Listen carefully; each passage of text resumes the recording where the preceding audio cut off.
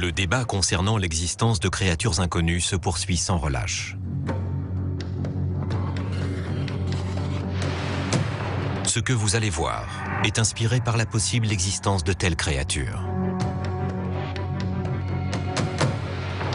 Certains spectateurs pourraient trouver les images qui vont suivre violentes ou choquantes. Vous voilà prévenu.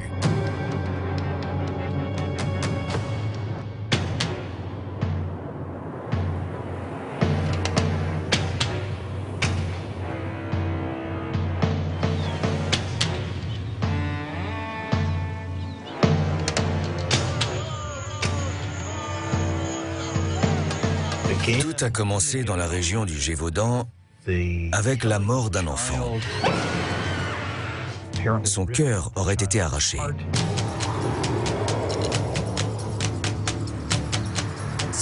Des témoins continuent de signaler des loups-garous encore de nos jours. À Défiance, dans l'Ohio en 1972, à Delavan, dans le Wisconsin, dans les années 90, des témoins ont affirmé avoir vu une créature humanoïde poilue, ce qui pourrait suggérer la présence d'un loup-garou.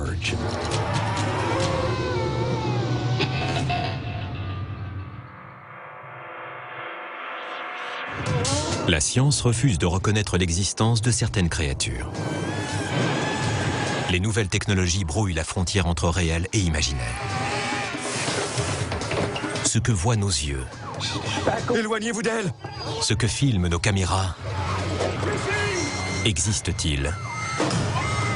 Entrez dans un monde où la réalité se mêle à la fiction,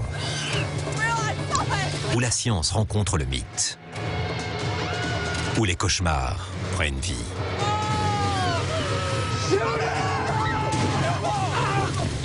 Y croyez-vous? Paranormal Vidéo, le loup-garou. À demain! 7h pile, soyez pas en retard!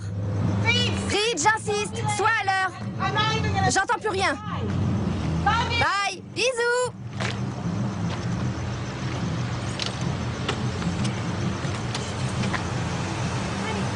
Bonsoir. Je peux vous aider? Je peux vous aider? Non? Ah! Qu'est-ce que vous... Au secours! Au secours! Lâchez-moi! Lâchez-moi! Lâchez-moi!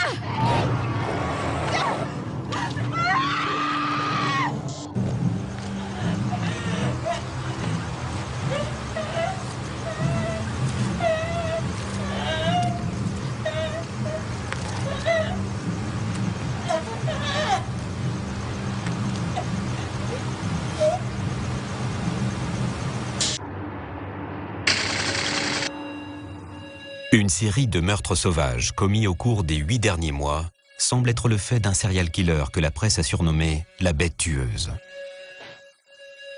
Pour son premier projet, le cinéaste indépendant Austin Pace a souhaité réaliser un documentaire sur la traque de ce tueur aux méthodes bestiales.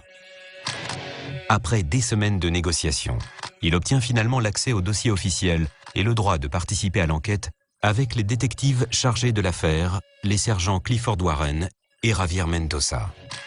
Les meurtres semblent tous se produire dans une zone bien particulière. Les policiers ont donc décidé d'y établir une planque. Cette nuit, Pace pourrait être le témoin d'une découverte qui aiguillerait l'enquête dans une direction inédite et terrifiante. Voilà ce qu'il a filmé.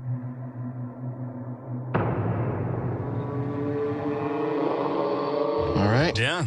Inspecteur Warren, bonjour. Pouvez-vous nous dire ce qui nous amène à cet endroit et pourquoi vous pensez que le suspect se trouve ici? Nous ne savons pas si le suspect est ici, mais ce bar constitue le dénominateur commun à toutes les victimes. Elles ont toutes été aperçues dans ce bar avant qu'on les retrouve mortes. Avez-vous vu le suspect dans cet établissement jusqu'ici? Ou bien est-ce la première fois qu'il est...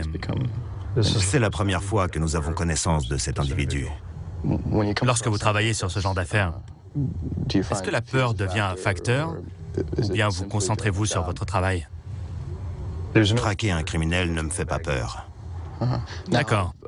Alors, il s'agit d'un documentaire sur les serial killers.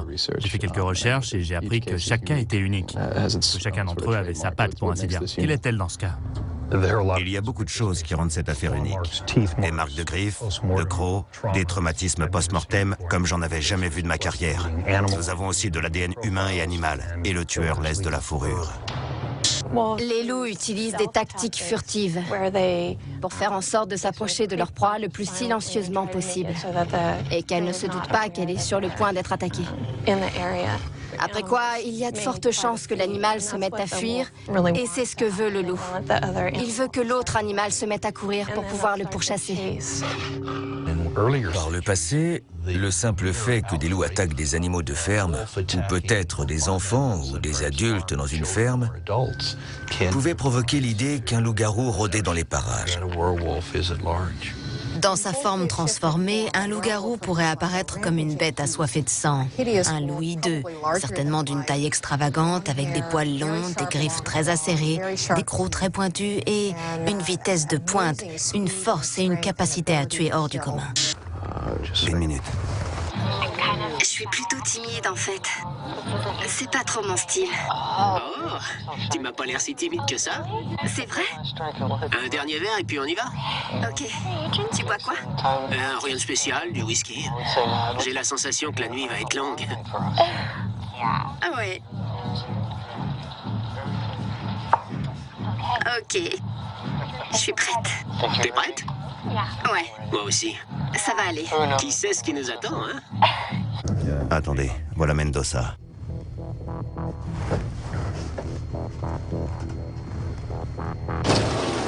Je crois que c'est lui. Comment ça, c'est lui? Il n'est pas tranquille. Il surveille la porte. Il a tout à fait le profil. C'est quoi le profil? Homme blanc entre 25 et 45 ans, solitaire. Il n'est pas seul ce soir. Tu verrais la fille avec qui il est. Beaucoup trop bien pour lui. Ses victimes sont des femmes? Oui, jusqu'ici ça a été le cas. T'as rien trouvé sur ce gars à part ça? Je sais pas, il fait juste malsain. Je le sens pas. Tu crois qu'il a pu te repérer? Non, il était trop à fond sur la fille. Il m'a même pas remarqué. Regarde, les voilà, là. C'est eux? C'est la même fille? C'est elle. Ils montent en voiture. On va les suivre. Centrale, ici Delta 2 Alpha. Demande d'infos sur le 3 Juliette Kilo Alpha 134. Ils s'en vont. Casier du propriétaire, Delta 2 Alpha à vous. Bien reçu. Ils s'en vont. Ouais, c'est lui. Je vais conduire. La théorie de l'influence lunaire est un concept selon lequel les humains agiraient de façon plus déviante en période de pleine lune. Leur comportement serait affecté par le cycle lunaire. En effet, le loup-garou serait dans sa phase la plus redoutable au moment de la pleine lune. C'est la période en particulier pendant laquelle le loup-garou sort pour perpétrer ses crimes sordides. La théorie de l'influence lunaire voudrait que la Terre soit gagnée par une certaine folie au moment de la pleine lune.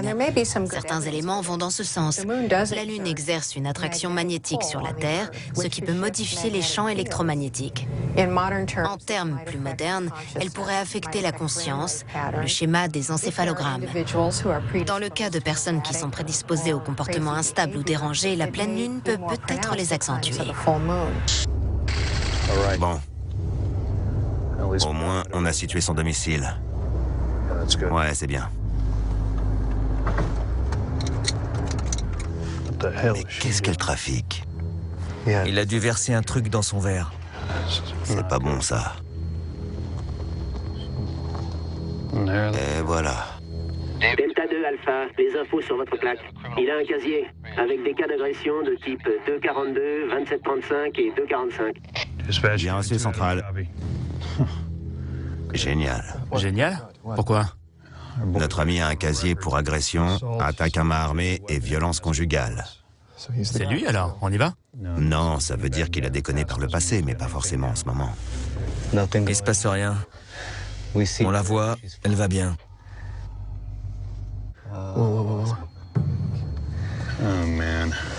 On a perdu le visuel. Écoute, je vais descendre et aller faire le tour de la maison pour voir si je peux avoir un autre visuel.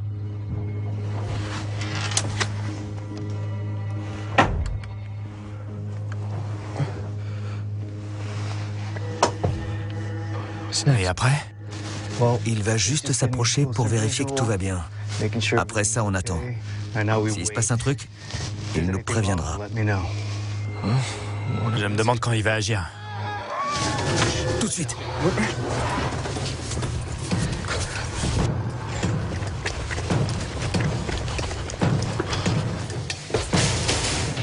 Police, ouvrez!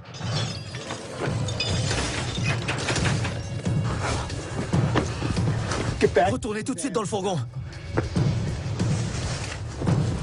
Warren, je rentre du côté est. Il surveille le périmètre.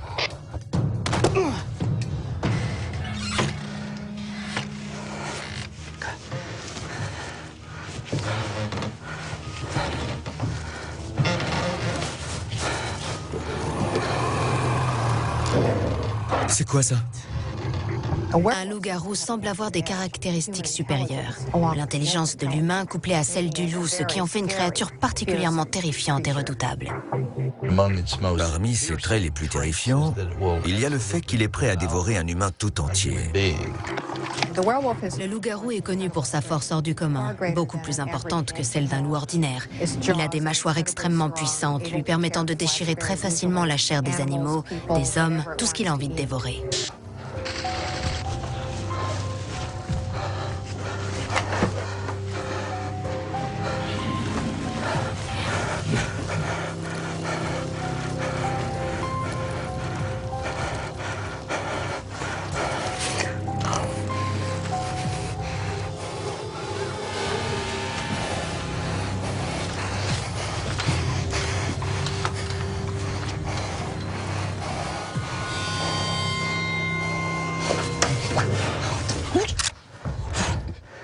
Je vous ai dit d'attendre dans le fourgon.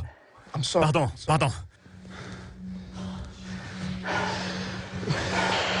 Mendoza, la cuisine, viens voir. Copy.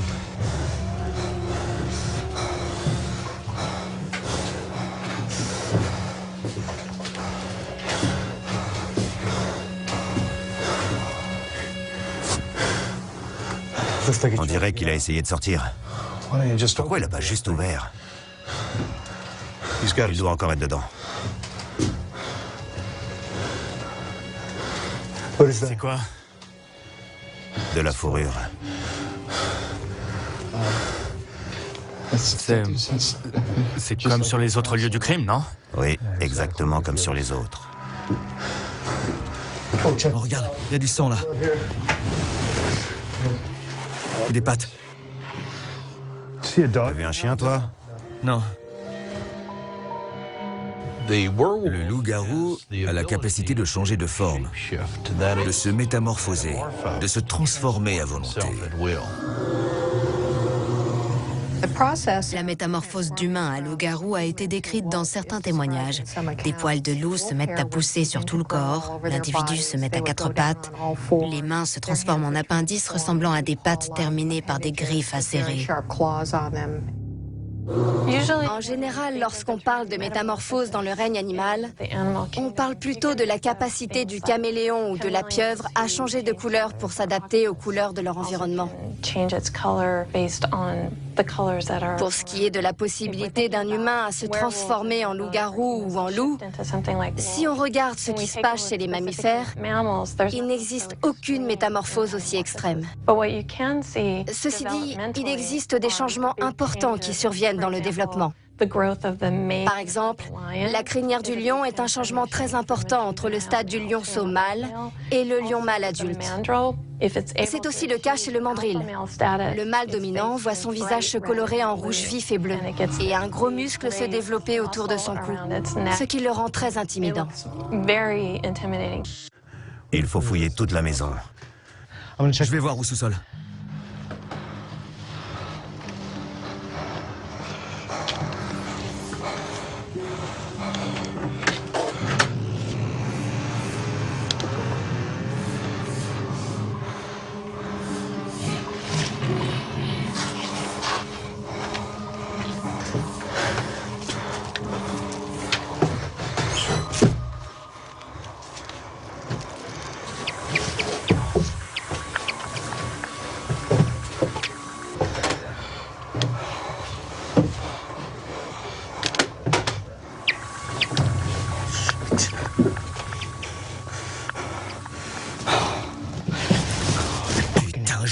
déteste les rats.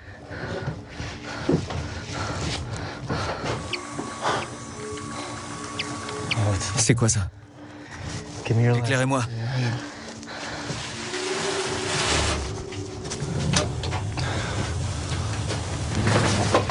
Merde. Par ici. C'est juste la chaudière.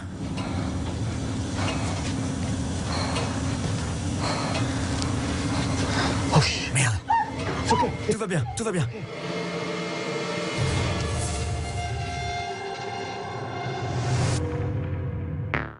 Dans quel cas un humain pourrait-il prendre l'apparence d'un loup couvert d'une épaisse fourrure? Il s'agit de ce qu'on appelle le syndrome du loup-garou. L'hypertrichose est une maladie qui se traduit par une pilosité anormalement abondante qui recouvre tout le corps. Pendant des siècles, les personnes atteintes de ce mal étaient exhibées dans les cirques et les foires et affublées de surnoms tels que le garçon loup. À une certaine époque, on pensait que les personnes atteintes de cette maladie appartenaient en réalité à une autre espèce. Tout va bien. Tout va bien. Je suis de la police. Je suis inspecteur. Tout va bien, vous ne risquez rien. Venez. Venez. Tout va bien. Tout va bien. Tout va bien. Tout va bien. Vous ne risquez plus rien.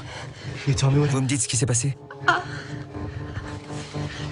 Où est-ce qu'il est? Je peux pas. Désolée. Warren, j'ai la fille avec moi. Elle n'a rien. Warren, tu me reçois? Restez avec elle. Ok? Attendez. Restez avec elle. D'accord.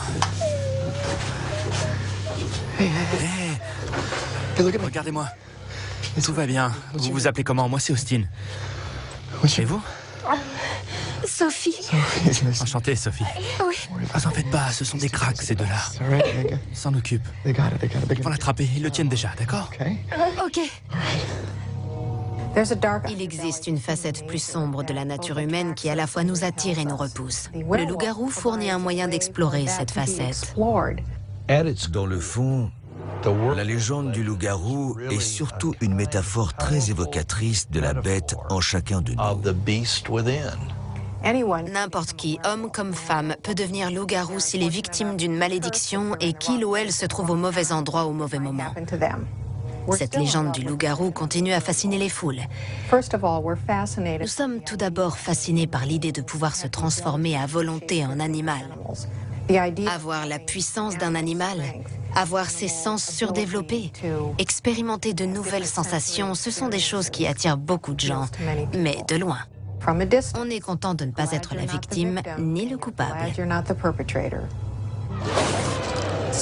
Des témoins continuent d'affirmer avoir vu des loups-garous de nos jours. C'est surtout dans le Midwest américain, entre l'Ohio et l'Oklahoma, que sont signalées ces créatures mi-homme, mi-loup qui attaqueraient les passants. À Défiance, dans l'Ohio, en 1972, et à Delavan, dans le Wisconsin, dans les années 80 et 90, les gens ont signalé la présence de créatures humanoïdes couvertes de poils, ce qui a semé un certain trouble chez la police. À ma connaissance, ces affaires n'ont jamais été élucidées.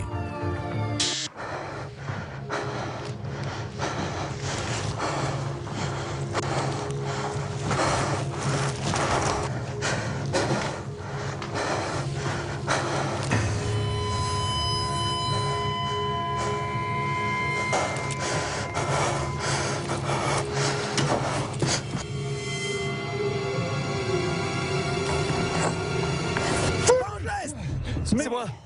Bon sang. J'ai trouvé la fille. Où ça? Au sous-sol. Elle n'a rien. Elle est avec Pace. On n'a rien alors. Le mec est toujours là. Il faut qu'on le trouve.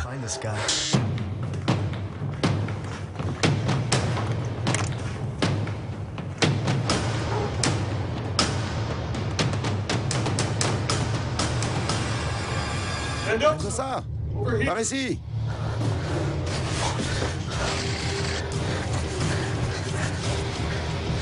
Mais qu'est-ce qui s'est passé?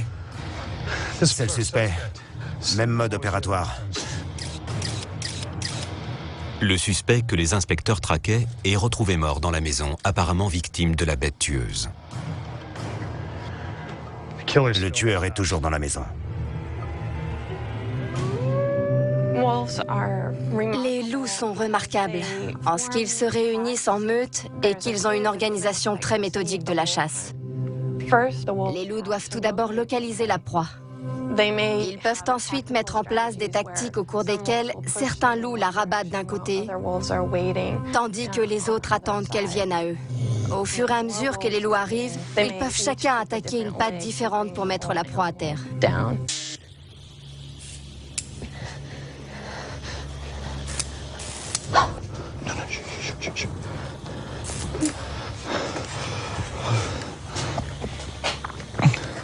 Venez. Venez plutôt par ici.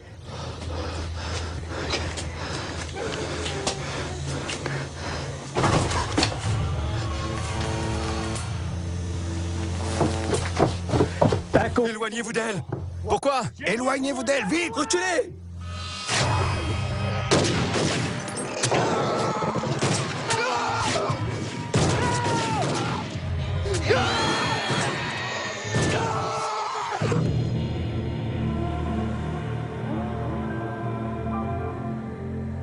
Les meurtres de Rob Neal et Austin Pace seront attribués de façon posthume à Sophie Montero, 23 ans. Après l'incident, les sergents Warren et Mendoza ont été placés en arrêt maladie pour raisons psychiatriques et ont depuis démissionné de la police. En raison des preuves inhabituelles accumulées dans cette affaire et les doutes qui subsistent sur la capacité physique qu'aurait eue Sophie Montero de commettre ces crimes odieux, l'affaire n'a pas pu être classée. Le terme loup-garou n'apparaît à aucun moment dans le dossier officiel. Mais une étude minutieuse des vidéos de Pace ne peut que soulever des questions dérangeantes. Les bêtes sauvages que nous craignons tant ne sont-elles que les reflets de notre moi primal? Ou bien sont-elles parmi nous? Cette histoire était inspirée par la possible existence de créatures cachées. Le débat continue.